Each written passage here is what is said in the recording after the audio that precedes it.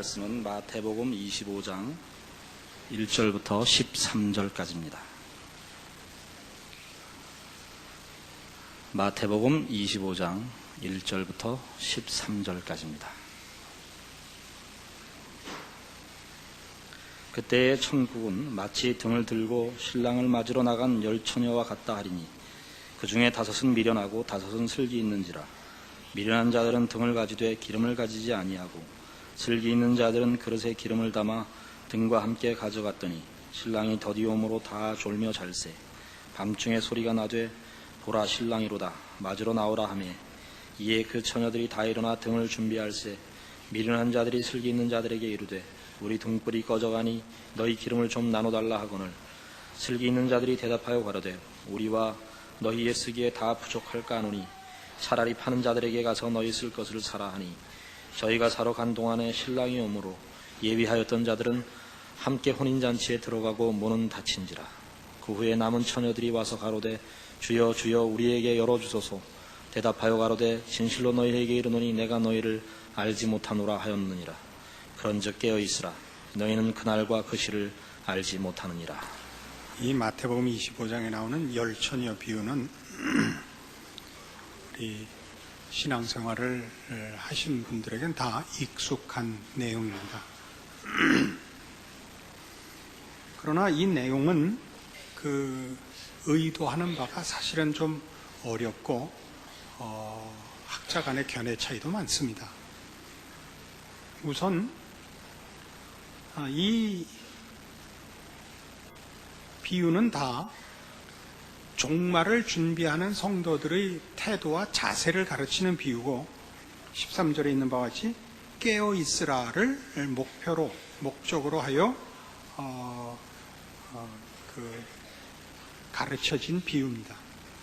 그러면 깨어있음이라고 생각을 하면 우리가 얼른 생각할 때 이 5처녀의 구별이 신랑이 올 때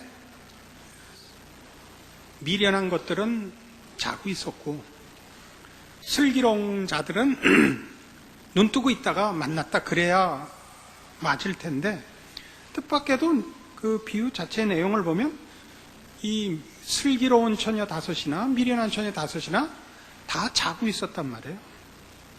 잔 건 동일해요. 그러니까 깨어있다라는 것이 우리가 생각하는 것과는 다른 의미죠. 그것은 이미 우리 지난주에 이 앞에 비유, 지혜롭고 충성된 종과 악한 종으로 비유된 내용에서 이미 근신하여 깨어있으라라는 표현이 맑은 정신으로 있는 것임을 우리 확인했었습니다. 그건 다만 생리적으로 이렇게 눈을 뜨고 있는 것을 의미하는 건 아닙니다. 그래서 성도들은 낮에 속한 자라 표현하고 있고 주를 믿지 않는 세상 사람들은 밤에 속한 자라고 데살로니가서에 표현된 것을 우리가 확인했는데 밤에 속했다는 건 자고 있다는 뜻입니다. 물론 낮에 속했다는 건 깨어 있다는 뜻인데 그 자고 있음과 깨어 있음은 조금 전 설명같이 생리적으로 눈을 뜨고 있고 하나는 눈을 감고 있다는 표현이 아니라 낮에 속하여 깨어 있다는 건 의식이 있다, 지각이 있다, 준비하고 있다, 그 지식이 있다는 의미고 밤에 속했다는 건 자고 있다는 것으로 상징된 본질적인 내용은 생각이 없다, 지각이 없다, 분별이 없다, 준비하고 있지 않다, 지식이 없다, 이런 걸 상징하는 것이었습니다. 따라서 여기 깨어있는다는 이 뜻도 날짜를 기다리며 오시는 분을 놓치지 않는 이런 피상적인 경계, 각성 이런 걸 얘기하지 않는다는 건 너무나 분명합니다. 왜냐하면 이것은 지금 예루살렘의 멸망과 성전 파괴의 예언으로부터 시작된, 그래서 성전의 파괴로 설명되는 어떤 신앙의 본질과 그리고 종말을 준비하는 자가 성전의 파괴로 인하여 이스라엘 백성들이 당했던 그 심판의 자리에 서지 않게 하는데 목적을 둔 가르침을 위한 비유라 말입니다. 그래서 그 앞에 있었던 우리 그 24장 말미에 있는 충성되고 지혜 있는 종과 악한 종의 비유를 보면 지금 이 열처녀 비유가 어떤 본질을 우리에게 가르치려고 하는지를 우리가 힌트를 얻게 됩니다. 왜냐하면 이게 다 그 24장에서는 어떻게 했냐면 50절에 생각지 않은 날 알지 못하는 시간에 그 종의 주인이 이르리라 하는 것이요. 오늘 우리가 본 본문의 13절은 그런즉 깨어있으라 너희는 그날과 그 시를 알지 못하느니라 하거든요. 이건 둘 다 시간을 맞추려고 하는 것이 아니라는데 공통점을 두고 있죠. 어느 날 어느 시에 올지는 모른다. 시간을 맞추려고 하지 말고 아무 날 아무 시든지 괜찮은 어떤 준비를 하고 있으라가 되는 거죠. 그 깨어있음이 밤새워 눈을 밝히고 있는 것이 아니라 아무 때라도 괜찮은 어떤 수준, 어떤 내용, 어떤 상태에 있는 것을 말하는 것입니다.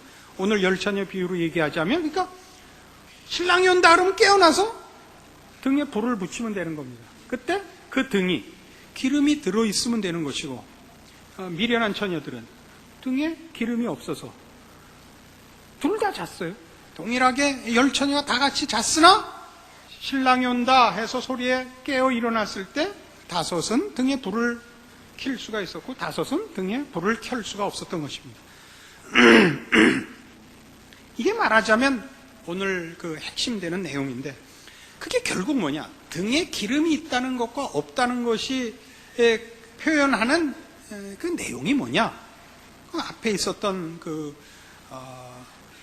악한 종을 심판하며 벌하며 무엇을 잘못했느냐고 거기 꾸짖는 말하자면 심판의 기준이 24장 51절에 나옵니다. 엄히 때리고 외식하는 자에 받는 벌에 처한다 이겁니다. 외식했다는 거죠. 그 외식이라는 것은 그 표현하는 겉모습만 있고 그 표현하는 모습이 당연히 가져야 할 내용은 갖고 있지 않는 것을 우리가 외식이라고 합니다. 겉치장만 했다 이거죠. 이것은 이미 우리 지난주에 살펴본 바와 같이 예루살렘의 멸망, 성전의 파괴가 제사장 국가로 부름을 받았으나 하나님을 섬기며 또는 율법과 제사법으로 그 표현된 내용들을 소유하는 데 실패한 이스라엘을 심판하는 것이었음을 확인했고 그것을 한마디로 다 외식하는 자들하로 되어 있었습니다. 그게 마태복음 23장이었죠. 화 있을진저 너희 외식하는 서기관들과 바리새인들아 이거였습니다. 너희가 천국 열쇠를 갖고 너희도 들어가지 않고 남도 들어가지 못하게 하는도다 이거였죠. 그러니까 성전의 파괴는 그 성전의 모습 혹은 그 제도가 갖는 그 외형의 핵심은 예수 그리스도거든요. 구약에 나타나는 율법이나 제사제도나 성전이나 이건 다 그렇게 표현되어 있지만 제도로 건물로 규칙으로 표현되어 있지만 그 핵심은 다 예수님인데 예수님 없는 겉모습만 갖게 된 거죠. 이스라엘 백성의 실패와 함께 저들이 그 하나님 앞에 받은 바 모든 이런 구약의 제도들이 그 핵심을 놓치고 있거든요. 그래서 외식하는 자들이었습니다. 그러니까 이 등불에 기름이 있느냐 없느냐는 기름이 없는 것은 외식이 되는 것이요. 외식하는 잘못을 저지르지 않으려면 등불의 마땅한 핵심인 본질인 기름을 갖고 있어야 된다. 이런 얘기가 되는 거죠. 그러면 이 본질되는 예수 그리스도를 소유하는 것 이것을 말하자면 이스라엘 백성은 실패하고 구약 성전으로는 실패했어도 하나님은 이제 신약 시대를 여시면서 그 성전과 제사 제도나 율법으로 예표하고 상징했던 내용을 실패함 없이 신약 시대에 열으셨습니다. 그게 뭡니까? 그게 교회다 그랬습니다. 교회죠. 교회란 이런 조직교회, 건물을 가르치는 것이 아니라 그랬습니다. 교회란 1차적으로 구약시대에 하나님의 백성을 이스라엘이라 명했던 것과 같은 신약시대의 모든 하나님의 백성된 자들을 부르는 호칭입니다. 근데 구약은 민족 단위로 하나님의 백성이었고 그 신앙의 규칙들이 제사제도라든가 율법으로 되어 있었다면 신약은 이제 달라졌죠. 신약의 성도들은 하나님께서 예수 그리스도를 머리로 하는 그의 몸으로 묶어버리십니다. 이게 교회입니다. 그리스도의 몸이라는 뜻이죠. 교회라는 뜻은. 그래서 우리는 그리스도와 묶여 있어서 이제 우리는 말하자면 외식을 할 수 없게 되어 있는 겁니다. 그 본질을 근거하여 우리라는 그 하나님의 백성들이 서 있기 때문입니다. 그럼에도 불구하고 외식을 할 수는 물론 있습니다만은 구약과는 전혀 차이가 나죠. 이런 예수 그리스도를 본질로 하는 그런 그 근거와 터를 혹은 원천을 가진다 하는 것이 과연 이런 등불로 설명된 열처녀 비유로 나온 이런 기름을 가진 등, 기름 없는 등이 과연 그걸 의도한 거냐? 그렇게 했다고 얘기할 수 있습니다. 요한복음 15장으로 가보시죠.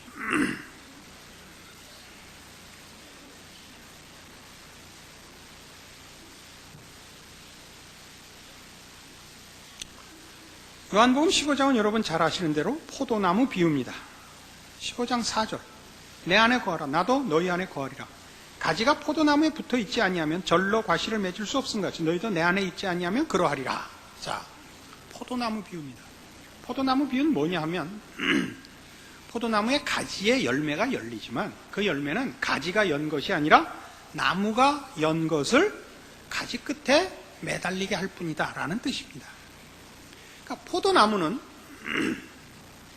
그 가지가 포도나무에 붙어 있는 한 그 가지는 포도나무죠. 그렇지 않습니까? 포도나무죠. 이 가지가 이 줄기로부터 분리되면 포도나무는 아닙니다. 포도나무 가지지만 분리되면 그냥 마른 막대기입니다. 그게 6절입니다. 사람이 내 안에 거하지 아니하면 가지처럼 밖에 버려 말라지나니 사람들이 이것을 모아다가 불에 던져 사르느니라. 그러니까 포도나무 비유에서 우리가 보는 것은 가지가 되느냐 포도나무가 되느냐의 싸움을 하려는 거죠. 우리 보고 이게 바로 아까 우리 열처녀 비유에서 보는 등불 비유입니다. 열처녀 비유입니다.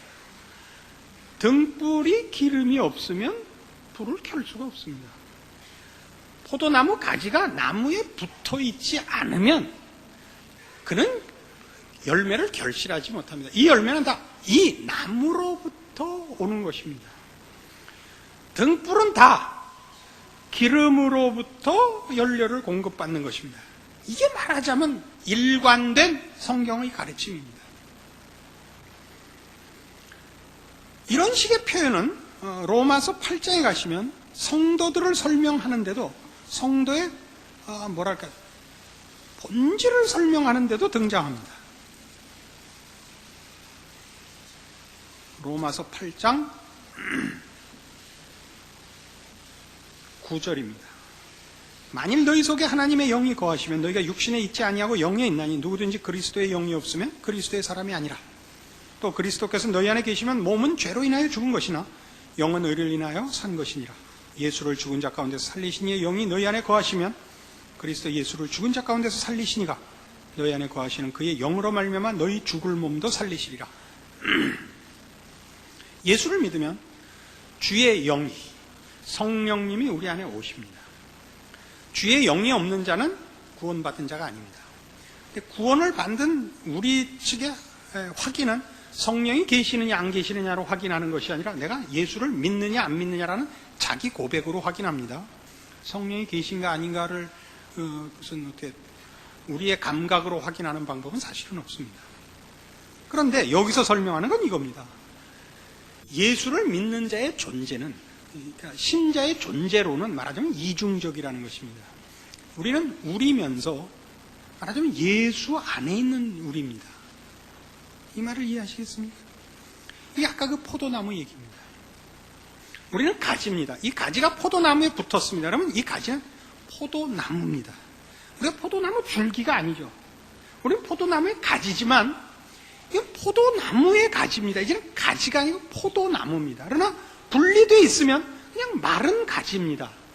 그러니까 예수를 믿지 않는 자들은 그냥 마른 가지고, 우리는 그러니까 포도나무에 붙은 가지인데 포도나무에 붙은 가지가 아니라 그냥 포도나무인 셈이죠. 가지지만 우리가 예수는 아닙니다. 예수님이 우리도 아닙니다. 우리는 거기에 붙어 있는 것입니다. 이게 그 얘기입니다. 우리라는 존재는 그래서 나 혼자 책임지거나 내 능력 안에서만 어떻게 뭐가 운명이 결정지어지는 것이 아니고, 포도나무의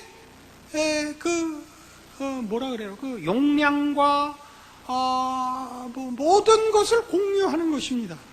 우리 그렇게 되어 있습니다. 이게 말하자면 종말을 준비하는 자세로서 우리가 알아야 되는 신자의 자기 인식입니다. 제대로 이 포도나무에 붙어 있는 가지인가를 보라는 것이 열처녀 비유에 나오는 기름이 있느냐 없느냐의 싸움이요. 그것을 앞에 지혜롭고 충성된 종과 악한 종으로 비유된 식으로 얘기하자면 외식을 하지 않는 것입니다. 그러니까 우리의 신앙이라는 것은, 우리의 신앙 고백이 예수를 믿습니다. 여기에 다 있는 것이 아닙니다. 물론 신앙 고백은 예수를 믿습니다입니다. 그럼 예수를 믿는다는 것은 예수님께서 나 대신 돌아가신 것과 내가 죄와 사망에서 구원함을 얻고 하나님의 자녀가 되는 것을 믿습니다. 그 내용에 포함됩니다. 그것에서 하나 더 갑니다. 예수를 믿는다는 것은 예수께서 우리를 위해 죽으셨을 뿐만 아니라 우리를 완성하기 위해 우리와 자신을 묶으셨다는 것을 그 내용 속에 함께 갖고 있어야 됩니다. 고린도전서 12장 12절 봅시다.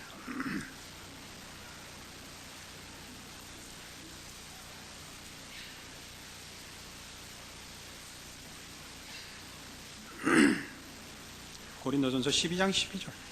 몸은 하나인데 많은 지체가 있고 몸의 지체가 많으나 한 몸인과 같이 그리스도도 그러하니라. 우리가 유대인이나 헬라인이나 종이나 자유자나 다 한 성령으로 세례를 받아 한 몸이 되었고 또 다 한 성령을 마시게 하셨느니라. 모든 예수를 믿은 하나님의 백성이 된 자들은 성령으로 세례를 받아 한 몸이 됩니다. 한 몸. 이 한 몸은 그리스도와 묶인 한 몸입니다. 이게 교회라고 아까도 설명을 했습니다. 우리는 예외 없이 예수를 믿은 자는 그 안에 성령이 계시며 그리스도를 머리로 한 그의 몸으로 부름을 받아 그와 운명을 같이 하는 유기적인, 그 이상 가까울 수 없는 연합체가 됩니다. 이걸 에베소서 5장식으로 표현을 하자면 우리말 번역에는 빠져 있는데요. 우리는 그의 몸입니다. 우리는 그의 뼈요, 그의 살이니라. 창세기에 등장했던 아담이 하와에게 한 얘기, 이 표현을 쓰고 있습니다.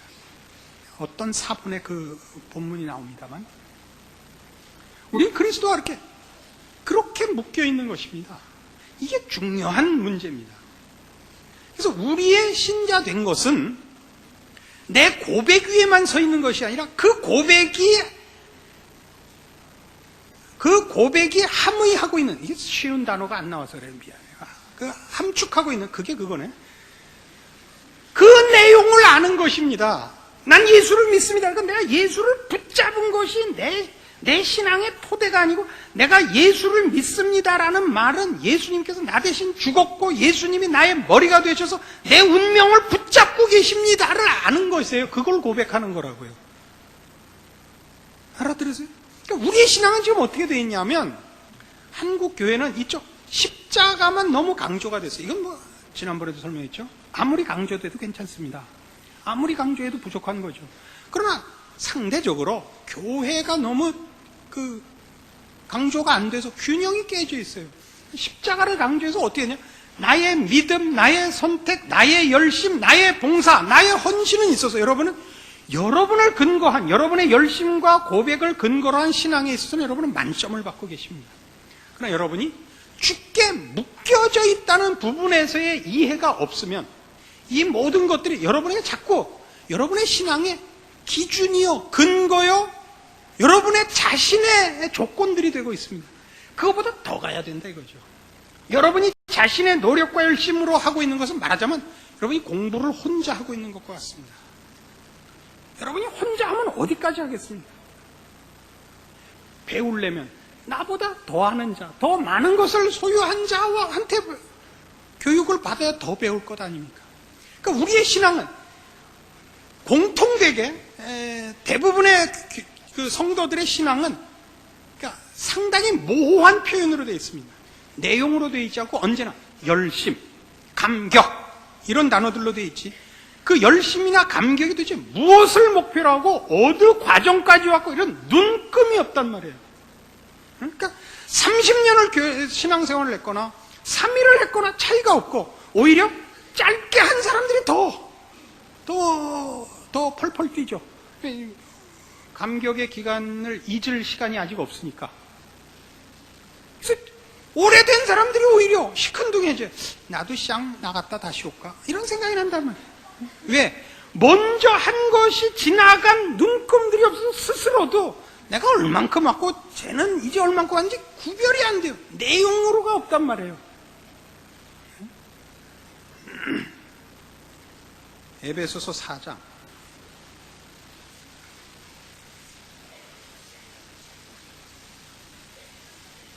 13절부터 봅시다. 우리가 다 하나님의 아들을 믿는 것과 아는 일에 하나가 되어 온전한 사람을 이루어 그리스도의 장성한 분량이 충만한 데까지 이르리니 이는 우리가 이제부터 어린아이가 되지 아니하여 사람의 괴술과 간사한 유혹에 빠져 모든 교훈의 풍조에 밀려 요동치 않게 하려 함이라. 오직 사랑 안에서 참된 것을 하여 범사에 그에게까지 자랄지라. 그는 머리니 곧 그리스도라. 그에게서 온몸이 각 마디를 통하여 도움을 입음으로 연락하고 상합하여 각 지체의 분량들의 역사에 그 몸을 자라게 하며 사랑 안에서 스스로 세우느니라. 이게 교회론입니다. 십자가로 말미암아 구원한 죄와 사망에서 불러낸 하나님의 백성들을 어디로 보내느냐? 그리스도의 몸으로 보냅니다. 그리스도의 몸으로 보낸다는 것은 그리스도께서 모든 복된 것과 거룩한 것의 공급원이 되신다 이겁니다. 포도나무와 가지의 비유와 같은 거죠. 정확히 그리스도로부터 영혼에 속하는 것, 신령한 것, 거룩한 것, 복된 것, 진리와 생명에 관한 것들이 몸에게 공급되며 명령됩니다. 지식으로, 목표로, 내용으로, 역량으로, 무슨 자라남으로, 실력으로, 품격으로, 재주로 그렇게 공급되며 훈련되어야 할 것입니다. 이것이 우리가 가져야 하는 기름이죠. 이게 바로 외식을 안 하는 것입니다. 이 그리스도로부터 받는 영생에 속한 모든 진리와 복된 것이 충분히 그 교류가 이루어지지 않으면 그건 마치 기름 없는 등불인 것과 같다 이겁니다. 그리고 겉모습만 있고 속은 없는 외식함입니다. 그러면 이게 뭐 이렇게 악수고할 얘기냐? 여러분 잘 여러분의 신앙을 보세요. 여러분의 신앙은 다 여러분의 감격과 여러분의 열심을 촉구하고 있고 기다리고 있지. 주께서 여러분의 머리가 돼서 여러분을 붙잡고 계시고 말씀하고 계시고 명령하고 계신다는 데는 여러분은 별다른 감각을 안 갖고 계십니다. 이게 한국교회의 커다란 잘못된 일종의 습관입니다. 여러분들은 한 건 해서 보란듯이 주를 위해 뭘 하시려고 합니다. 그게 뭐 어쨌든 뭐 결과는 잘 됐습니다만 그게 선교였습니다. 한국교회. 그래서 다 이런 비장하고 드라마틱하고 이런 걸 해버렸어요. 교회들이.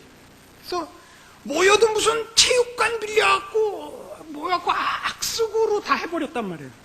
너무 비난을 해서 죄송한데 그것도 가치가 있습니다. 어느 만큼의 가치는 있지만 그게 목적이고 그게 본질이라고 이해하는 한 우리는 전부 그런 날만 기다리고 있잖아요. 다 주께서 어느 날 나에게 본때 있게 봉사할 기회를 주시면 이라는 날을 기다리고 있는 거예요. 복권을 사듯이 매일 교회 오시면서 눈치를 보죠. 어느 때 한번 주께서 한 목 주시면 그냥 보란듯이 으악하고 이준열사를 한번 하려고 그러는데 평생 안 줘서 못하고 있다는 식으로 신앙생활을 한다고 해요. 그게 아니에요. 늘 묶여있는 거예요. 세미한 음성을 듣고 작은 일을 해야 돼요. 그게 마지막 25장 마지막에 양과 염소 비유예요, 그게. 소자 하나에게 해라 이거예요. 소자 하나. 옆 사람하고 해야 돼요. 그러니까 이 교회라는 것은 그리스도를 머리로 하여 우리가 그와 묶여 있어서 그로부터 모든 영생에 속하는 것들을 공급받으며 명령받으며 훈련받는 것과 함께 이 내용을 내 것으로 만들기 위해 우리 지체끼리가 연합하게 되어 있잖아요. 그래서 신앙생활이라는 것은 이 묶임을 인정하고 적극적으로 참여해야 됩니다. 주님과의 묶임을 확인하는 것은 기도하며 말씀을 보며 합니다. 그렇죠? 그러면 그 공급받는 것이 내 것이 되는 훈련을 뭘로 시키느냐? 지체끼리.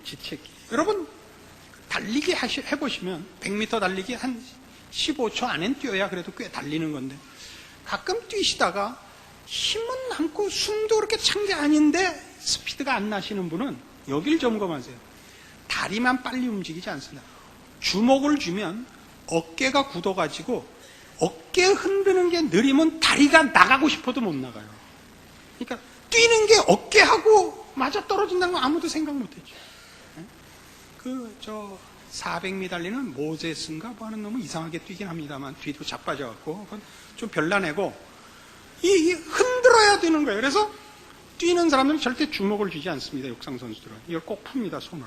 그 이상하게 흔들고 뛰는 이유는 어깨를 풀어서 어깨가 놀아야 리듬을 타야 다리가 같이 따라가기 때문이에요. 이상하죠? 뛰는데 웬 어깨? 여러분 신앙생활이라는 것이 여러분이 세상에서 가치 있는 것들을 하나님 앞에 들여서 성전을 짓고 선교사를 파송하고 무슨 어디를 돕고 이런 건 줄 아세요? 그런 것도 있어요. 그것도 분명히 훈련하는 한 방법이고 하나님이 맡기신 봉사 중에 하나예요. 가장 중요한 지지고 볶는 거예요.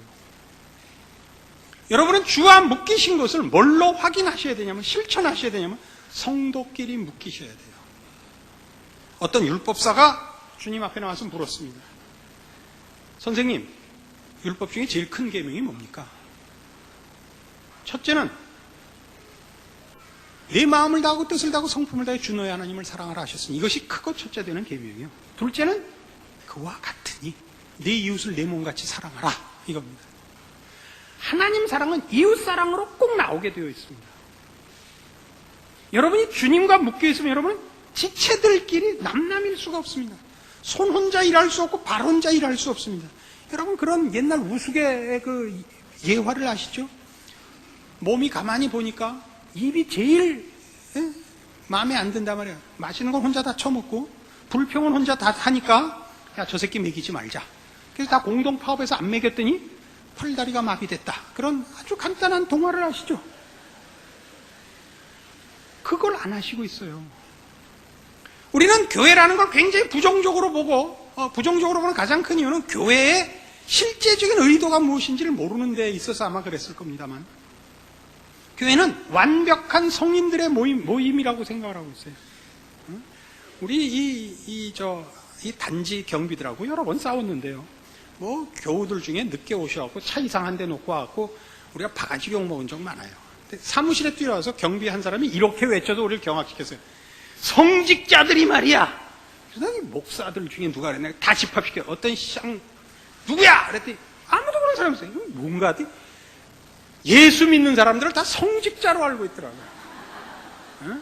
성직자. 와.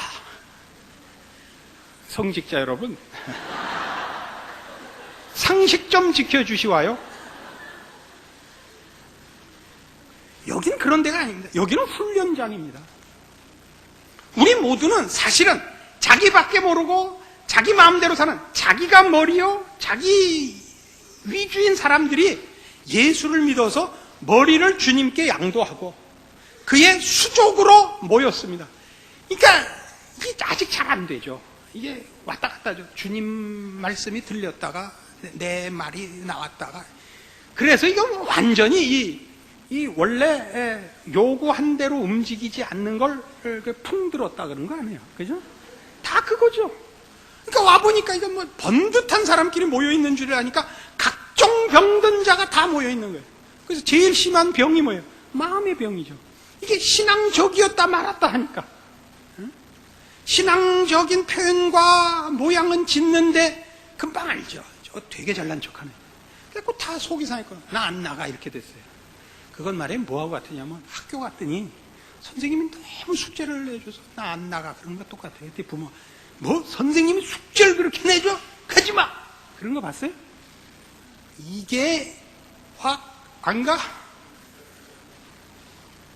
너 학교 가서 죽을래? 내 손에 죽을래? 그거 보냈어 안 보냈어? 그 애가 뭐 학교도 안 가고 집에도 안 가고 그랬을 수는 있지만 잘 생각을 해봐요. 신앙생활을 여러분이 어떻게 하시는가? 여러분 교회 안 들어오세요. 헌금만 내면 그냥 할 거 다 한 걸로 생각을 해요. 아니에요. 헌금을 낸 거 귀한 것입니다. 그것은 사실 가장 중요한 것을 빼놓은 다음 일입니다. 가장 중요한 여러분이 참여하셔야 됩니다. 여기서 지지고 볶고 속상해하고 시험받고 하셔야 됩니다. 그래야 비로소 여러분은 하나님의 사람으로 자라시며 여러분이 성경으로 읽고 기도하며 요구했던 모든 신앙상의 내용들을 본인 것으로 만드는 유일한 길을 가게 되는 것입니다. 이걸 안 하시면 안 됩니다. 여러분 구역에 참여하십시오. 각 위원회, 각 주일학교에 봉사하시고 성가대도 하세요. 노래 못해, 뭐 실력 없어도 잠깐 수모를 받으시면 됩니다. 그럼 여기 성가대는 의식주가 해결되지 않습니까? 옷 주죠. 먹여주죠. 여기서 잔대요. 의식주가 해결되는 거예요. 하나님께서 우리를 위하여 작정하신 그 영광의 완성을 위하여 만든 말하자면 하나의 제도요. 하나님의 능력이요 지혜가 교회입니다. 그것이 말하자면 우리가 놓쳐서는 안 되는 늘 주와 연결되어 있어서 그로부터의 전달과 감각과 방향과 인도하심에 대해 늘 예민하고 정확해야 하며 그것이 바로 이웃에게 같은 지체들에게 쏟아져 나오는 현실로 여러분의 하루하루가 연결되어야 되는 것입니다. 그걸 안 하고 계시면 여러분은 뜬구름 잡고 계시는 겁니다. 언젠가 하루 폼 잡을 날을 위하여 아무 날도 신앙생활을 하지 않고 보내는 날이 되고 그러면 그게 뭐예요? 기름을 준비하지 않은 등불을 든 이 미련한 처녀가 되는 것입니다. 주께서 다시 오시는 날, 영원한 나라를 우리에게 허락하시는 날, 그 천국의 완성은 하나님 통치의 완성이요, 그가 부르신 그의 백성들의 입장입니다. 그 나라의 입장이요, 그 나라에서의 삶의 시작입니다. 그 나라의 백성, 그 나라 백성 다워야 하는 것입니다. 그 준비를 지금 하고 있는 것입니다. 주님 안에서 합니다. 그래서 골로새서 2장에 가시면 골로새서 2장 6절 그러므로 너희가 그리스도 예수를 주로 받았으니 그 안에서 행하되 그 안에 뿌리를 박으며 세움을 입어 교훈을 받은 대로 믿음에 굳게 서서 감사함을 넘치게 하라. 그 안에 뿌리를 박으라. 아까도 설명한 포도나무 비유와 정확히 일치하는 내용인 것을 아실 수 있게 됩니다. 우리는 날짜를 기다리고 있지 않습니다. 날짜를 세면서 눈을 뜨고 날밤을 새는 것으로 우리의 종말을 기다리는 것이 아니라 하나님께서 완성하시는 나라와 하나님께서 완성시키시는 하나님의 백성의 자리에 가기 위하여 이 시간을 부여받고 있습니다. 그것이 우리의 신자된 책임입니다. 여러분은 전도하고 봉사하라고 부름을 받고 있지 않고 여러분 자신이 완성되라고 1차적인 명령을 받고 있습니다. 값없이 은혜로 구원을 얻었으니 나 주님께 무엇 바칠까? 이게 아닙니다. 값없이 공짜로 학교에 입학이 됐습니다. 그럼 뭐 해야 됩니까? 돌아다니면서 간증하지 말고 공부하세요. 공부. 값없이 십자가로 구원을 받았습니까? 그러면 그리스도를 머리로 한 그의 몸으로 자라나세요. 그의 그리스도의 장성한 분량이 충만한 데까지 자라세요. 그게 성경이 우리에게 목표하는 것이요, 우리의 종말을 준비하는 자세요. 하루하루의 복된 나날들인 것입니다. 그때 여러분 참다운 신자의 생애를 맛보실 것이요. 여러분들 안에서 쌓여져가는 그리스도를 닮는 모습들에 대한 확인을 하실 수 있게 될 것입니다. 이 진정한 신자의 싸움을 빼앗기지 말고 외면하지 마시고 미련하게 다른 것으로 핑계 대시지 않는 여러분의 신자된 인생이 되기를 바랍니다. 기도하십시다. 하나님 아버지 은혜를 감사합니다. 하나님께서 우리를 그리스도 예수 안에서 구원하시며 자녀 삼으시며 이제 그리스도 예수 안에서 또한 완성하시며 영광의 자리에 세우심을 믿습니다. 이 믿음 위에 서서 충성하는 저희들 되게 하사 기름을 넣어 등불을 준비한 저 슬기로운 처녀들 같이 주 안에 뿌리를 박아 참된 포도나무의 가지가 되어 하나님이 인정하시는 인생을 살며 신자된 결국을 보는 우리의 신자된 운명을 지켜나가는 충성과 승리를 부여받는 그래서 그것들로 자랑하는 우리의 삶이 되게 하여 주시옵소서. 지금은 우리 주 예수 그리스도의 은혜와 하나님 아버지의 극진하신 사랑과 성령님의 교통하심이 주의 자녀라 일컬음 받는 인생의 복된 것들을 주 안에서 확인하고 승리와 충성을 약속하고 돌아가는 심령들 위해 영원토록 함께 있을지어다. 아멘.